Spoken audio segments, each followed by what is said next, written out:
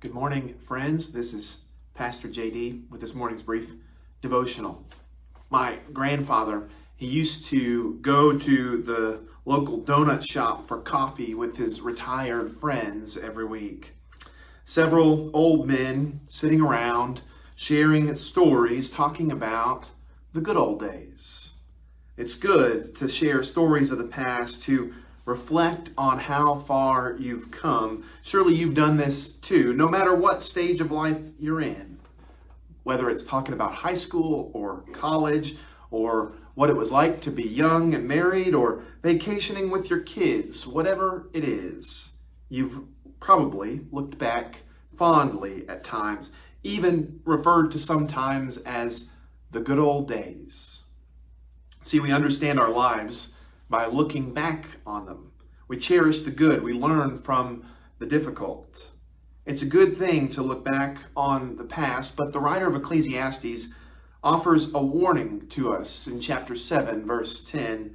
He says this, "Do not say, 'Why were the old days better than these days?' For it's not wise to ask such questions." The caution from the teacher of Ecclesiastes is not to criticize the present with the nostalgia of the past. This never would have happened in the good old days. They don't make things like they used to. Things sure have gone downhill. See, nostalgia can bring joy, yes, but if we aren't careful, it can poison your present. Soren Kierkegaard is a 19th century theologian. He once said, "Life can only be understood backwards, but it must be lived forwards."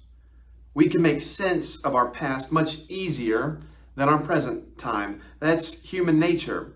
But in a decade or two, we'll look back fondly as well, finding understanding in our current time, maybe even referring to the good old days of 2023. So we should take the teacher's advice in Ecclesiastes and not ask why the old days were better than these days. They weren't. We just understood them better than we do our present time. So may you relish the memories of the good old days you've experienced and learn from your understanding of the past. But may you also live your life moving forward, not by wishing things could be like they used to be.